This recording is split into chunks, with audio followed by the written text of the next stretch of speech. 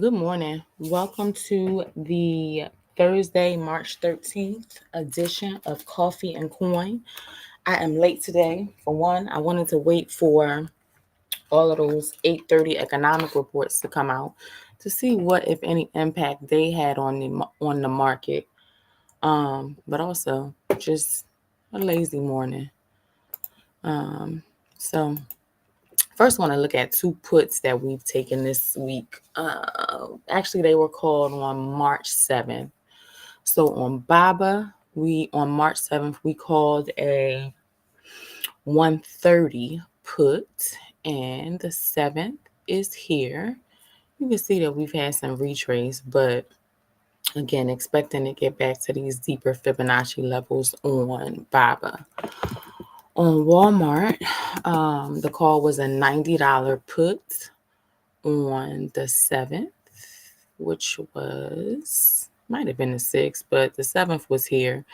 And so you can see that we're well in the money on this play. Let's look at higher time frame right quick to get a better idea of what our levels might be. Easy take profit is, and this is the weekly chart, depending on your expiration date, $79.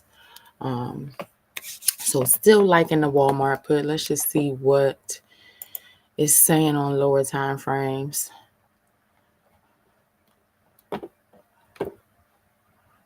I would not advise anybody to jump in this put at this point. But just giving some follow-up for those who did take this play.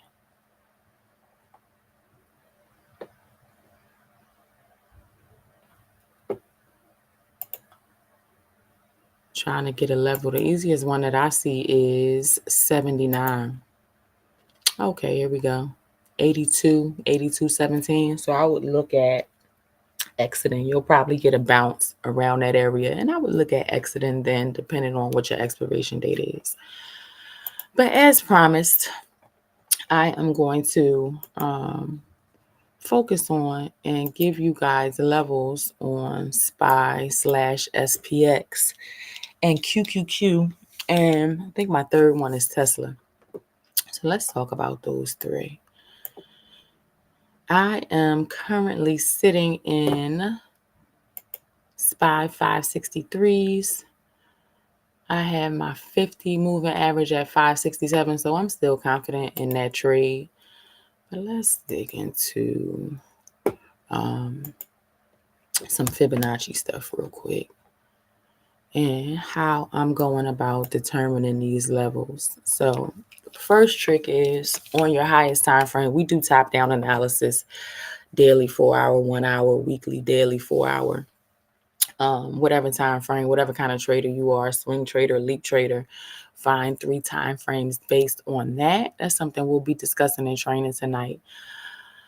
But we have a retrace beyond the 50, wicked up to the 50, and that's the 50 fib level and the 50 moving average. And so my expectation is that, let's see, we are oversold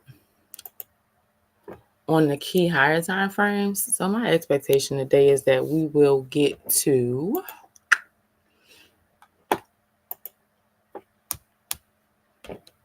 looking like 567 possible, but these levels are day to day because as you can see, the levels are on the chart. The fib provides the levels, places them there, but price action is going to determine what levels we operate within. So if we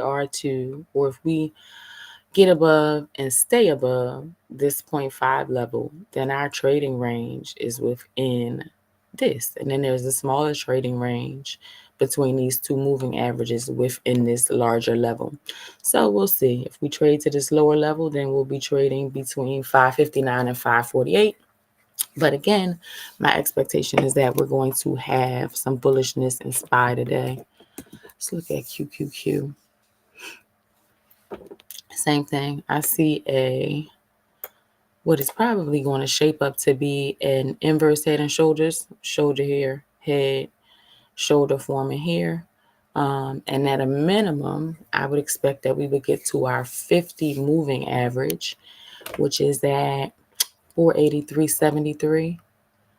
Let's look at, yeah, trying to find support at the combination of the 20-50 moving averages. Let's see what, I think this ATR is about $11.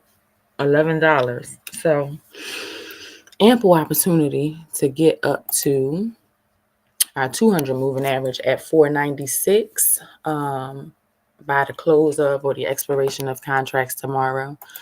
But I will be watching at the open. I probably won't stay, or maybe I'll stay on 5 or 10 minutes past the open because I am not doing any trading before 10. So the 30 minutes between 10 and 10:30 is kind of like my pre-market where I just am going to be watching what's going on. And then I'll be jumping in some stuff from there. Let us talk about Intel for a sec. So in the chat, we've been talking about Intel for, I don't know, probably the better part of 4 to 6 weeks. Just gonna draw a fib there. People in the mentorship, or if you use Fibonacci, know exactly what I'm looking at. But in the period from February 5th to present, we have created this high at 27.55, traded back down to our 886 level, had a significant gap up or bounce. And then we are right back at, so what is expected to happen from this 886 level all the time is that you're going to make it back to your 200, which we have. And now we have this trading range with resistance of the 200 at 24 and the support of the 20 at 22.83. And so we may violate between those two levels, this yellow moving average and green moving average today. But my expectation is that we will reach these higher levels. And so I'm hoping that, because I have April, June, and January at the money contracts, I'm hoping that the contracts will still be cheap enough to give others the opportunity to get into Intel, because there are some real promising developments on the horizon for them. But if you can get yourself some at the money Intel calls, that might not be a bad idea. I would take a look at that if I were you. That is not advice. I'm just telling you what I did. And I expect that I will have a great reward for that when the market opens this morning. SMCI is another call that I'm in. Based on what I'm seeing on the hourly,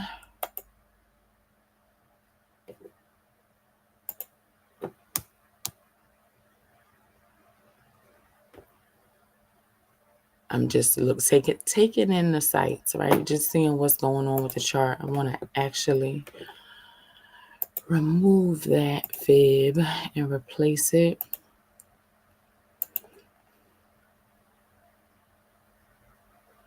So right now our level is between 41 and 46. We are trading closer to our support. So my expectation is that we will get a bounce off of the support level around 41, 42 and trade to 46 today. So still bullish on SMCI based on what I'm seeing. I like the position of the moving averages. Our lower time frame moving averages are very bullish. We just had a bullish cross, the 21 of the 50 on the hourly time frame. We are oversold, and our stochastic is looking rather bullish to me. It's probably some divergence as well. Let's pull it in. Yep, bullish divergence. I'll show you guys what that looks like. I can explain it in more detail. Again, by Monday, I'm going to work on trying to figure out how to be monitoring the chat and taking questions while I'm doing this. But so yeah, I like SMCI. Yesterday I was in 40s. I took profit on those and rolled them to 50s. And they're for April, but I'll probably take profit on them today, depending on what kind of movement we get. Daily. Got a $5 ATR. So I could definitely get in the money today. But yeah, no, but got to resolve what's going on with the 20 as resistance at 44. But other than that, I still like that trade. Looked at Carvana again, and I looked at it from a very high time frame perspective. I drew a bearish fib on the monthly chart. And what I see is that we traded right off our 7-9 fib level. And now we are hopefully, theoretically, finding support at our 50 fib level. But I think worst case scenario, we trade into the 50 moving average, which is at 130. That is a hell of a lot of tradable range. So let me see.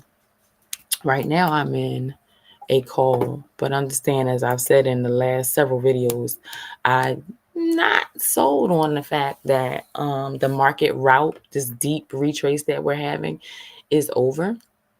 But best case scenario, we get a bounce here, we get to 234. What is seeming more likely now is that we trade at much lower levels. So let me try to get a fib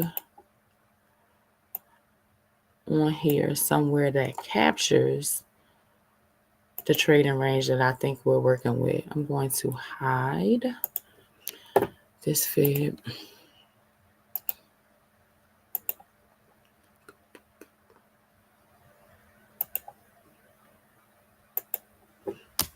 All right, now we have some levels. So we're trading at 175. Our support is at 175.33. No, we're actually trading at 179. We have support at 175 and resistance at 187. If we take out that 175 level, you can trade the range between 175 and probably 162. But again, I'm going to be looking for a pop on Carvana, based on what I'm seeing in the stochastic and really this hourly chart here is giving me a range between this support and this resistance at the 187 or 618 fib level, and potentially up to our 200 moving average, like right between 200, call it 200 to 205. And then sell off again back down to those lower levels that we talked about. So these are just some of my theories on what we might be seeing in the market. There is another thing. Costco is at the moon right now still. So there's a potential to trade all the way back into like 800 on Costco. So I'm going to look at that more closely today and possibly trade that in the mentorship chat. What else? There was one more thing I wanted to certainly look at. Oracle reported earnings recently. That is this candle right here.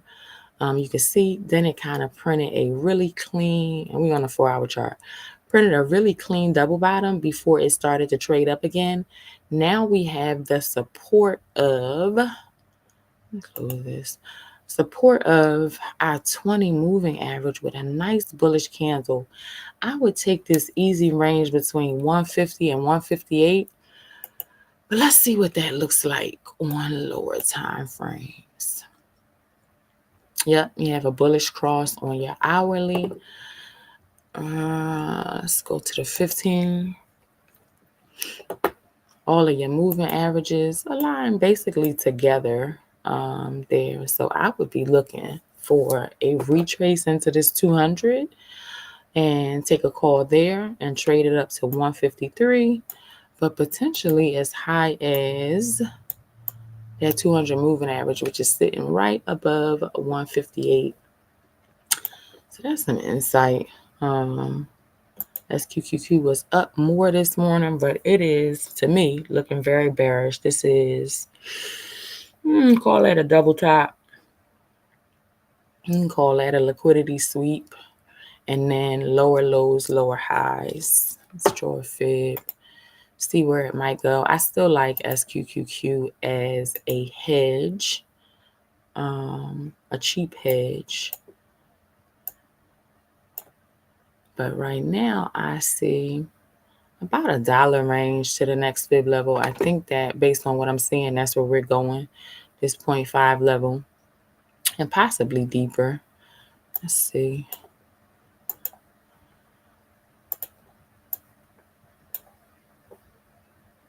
36.89. So that's about $1 of range. But again, I think based on what I'm seeing on my Fibonacci, that we could get a little lower into the 35, 36 area. For what it's worth, they don't have enough volatility for me. But again, it is something that I'll take longer trades on as a hedge. So for instance, if I'm long on QQQ, I might take a play on SQQQ with a date out to June to kind of hedge against what may happen overnight with the more expensive QQQ trade. So I'm peeking on these again. Looking very bullish to 497 to me. Same here. I like this range between, gotta close above 559.67, solidly above 559.67. But I like that range from these two moving averages up to the 200 at 579. Yeah, 3 minutes before the market opens.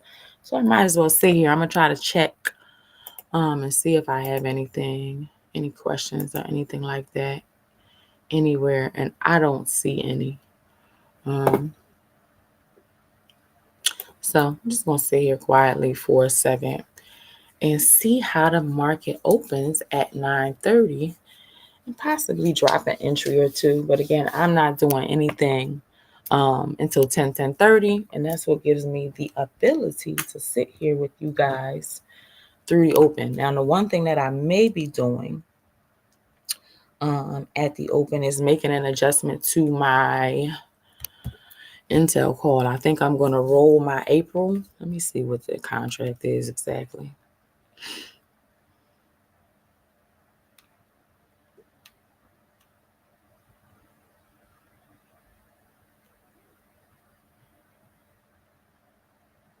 Hmm. 417. What?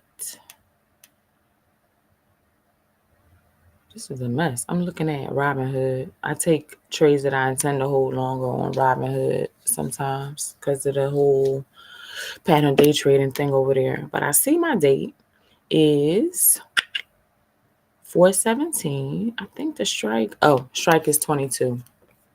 So I may roll that out to a June 25 or something like that at the open if Robinhood allows me to do it.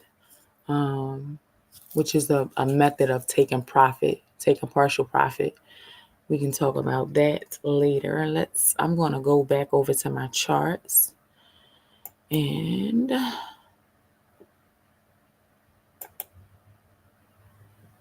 here we go.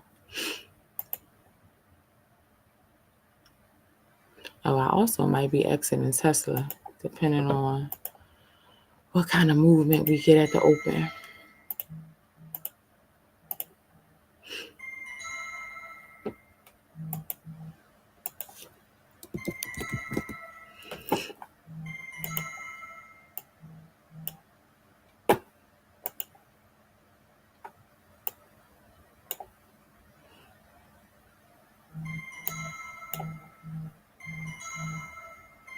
Got all kinds of alerts going on.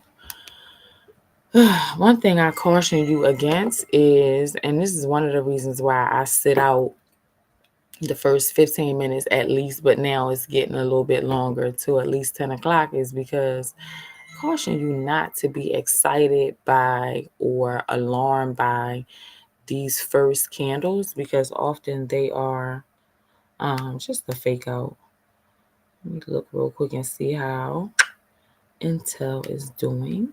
I'm up 107% on my Intel contracts. I'm going to close partial.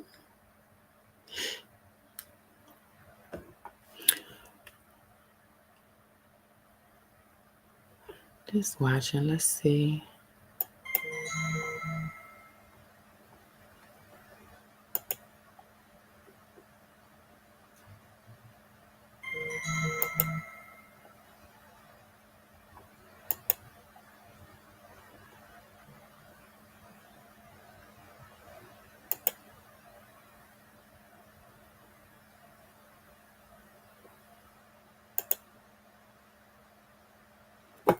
Hmm.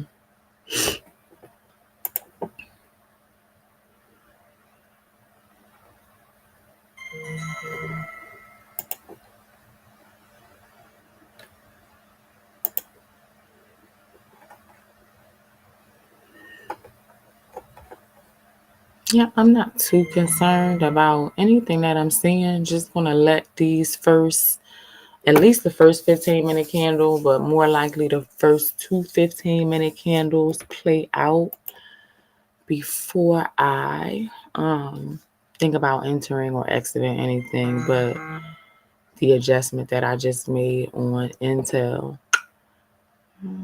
So let's see where Intel might go before it stops. 25.51. That would be nice. People seem to like this new CEO for some reason, and I did not read the full detail about why having him as the new CEO it has been so exciting for shareholders. But in any event, I appreciate it. And so the reason why I will continue to hold these is number one, I have a $34 price target on Intel. And number two, this is the response to the CEO. So I expect that if and when there's any news on these TSM and Broadcom Avgo deals, the response will be even greater than what we've seen in response to the CEO. So it's possible that we could be looking at a $50 stock by the end of the year.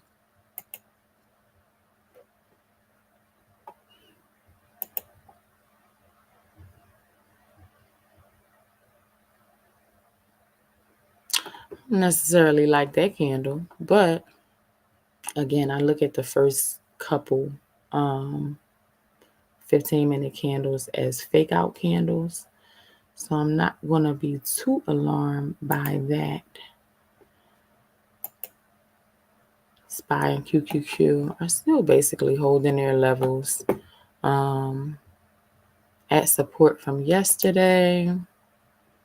Yep, at significant support from yesterday. Let's see how. I would call that a significant weekly support. You see, every time we've come into this level, we've bounced. And one thing that I've noted is that we've been making higher highs. So we come into this level and we bounce and we create a high higher than the previous high. Again, if any of you guys have questions about trading options, starting to trade options, learning some technical analysis, anything like that, first send me a friend request and then shoot me a message.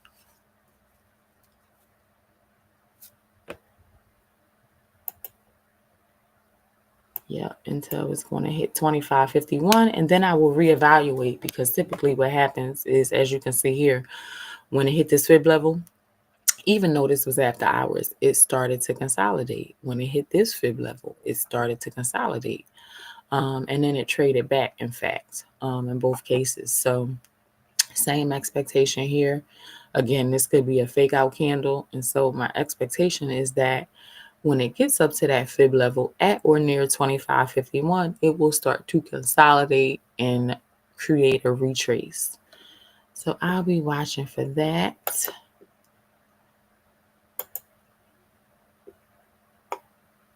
So we're below that fib level that I talked about on Carvana, which means, and this is a really high time frame fib, but which means if we don't get back above this level, we would be trading a range between 175 and 165. Let's see. I want to see where it is at 10:30. But for whatever reason, Carvana and Tesla are taking a beating here in the first 15 minutes of trading. Let's see what the rest of the list is doing.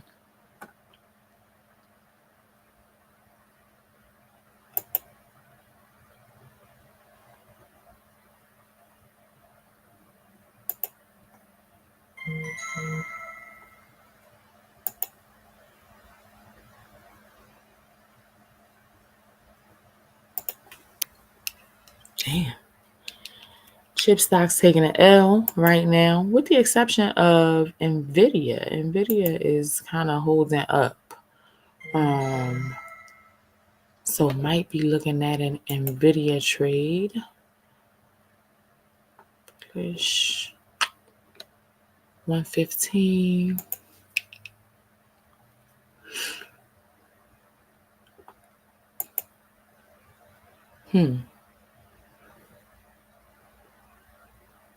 I do not want to get excited by this setup. I like to trade. I like to buy calls off of red candles, but I don't want to get excited off this setup and enter too early. I've done that 2 days in a row. So just going to sit and watch.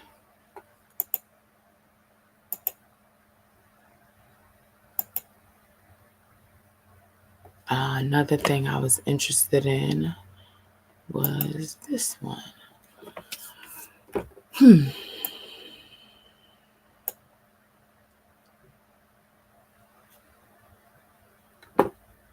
Now this might make me trade early because I do. What did I see this morning about Baidu?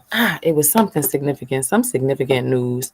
But we've been trading Baidu, PDD, and Baba in the chat for about a month, 6 weeks or so. I was in some Baba leaps back in January. Can't remember exactly what I saw. Oh, there's another one too. This CEO bought a significant number of shares, and that is something that you so rarely see. Let me see how many it was. $2 million worth of shares. That's something that you so rarely see that it makes you take note. And so I'm going to be trading this today. But what I'm going to be waiting for is, now that we're at these resistances, I'm going to wait for it to trade back down into here. And then I'm going to buy myself some $25, either April or June contracts on IONQ, because I don't know what he knows that made him buy that many shares, but it's probably something significant.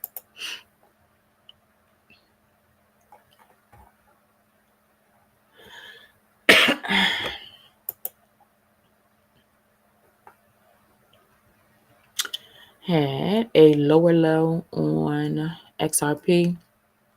We're now back at resistance.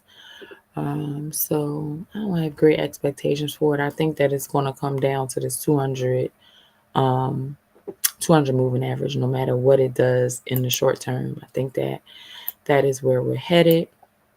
You can see that Bitcoin has already traded below its 200 moving average.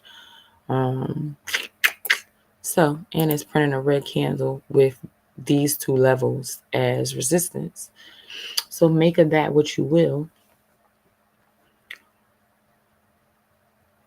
Nothing else is really popping out at me. Lunar, such a disappointment. Damn.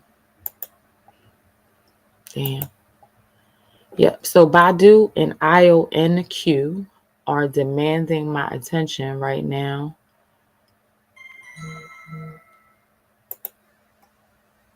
Until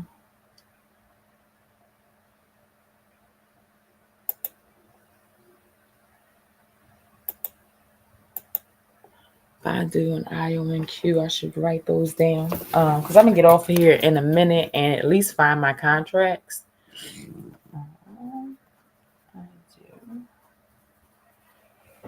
Let's see. Let's just peek at this other list real quick. Let's see what's moving in here. Penny stocks up. Let's see. This one was set up nicely off of the daily chart yesterday. Oh, I got a whole article that I want to post on Bots Inc. So maybe I'll remember to do that today. All of these are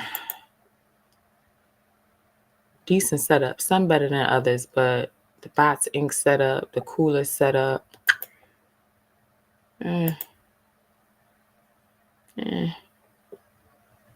QBTS was doing something. This is a nice setup as well. We traded this all the way. Yep.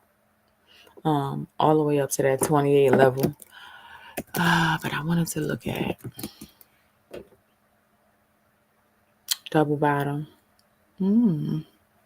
It's also a nice setup now that I'm looking at it.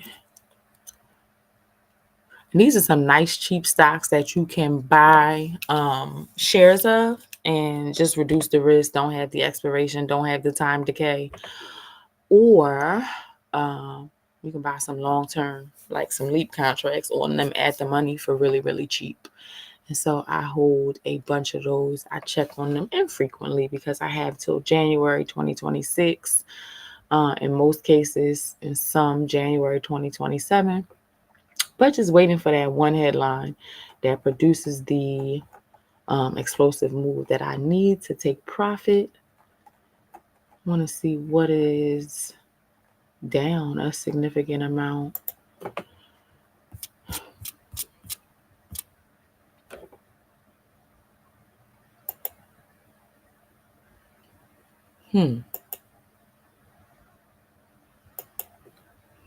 Look at that one in a little bit.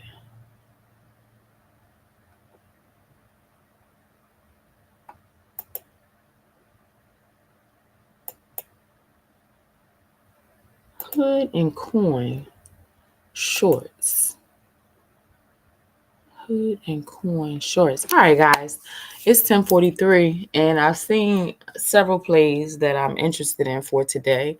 So now I have to get those lined up, find some contracts, find what levels I want to enter at, and then probably drop. I think I did put one play. Drop some plays in the chat. And again, if you have any questions about anything that I said or anything to do with options trading or stock investing, send me a friend request first so you don't end up in that other inbox, and then shoot me a message.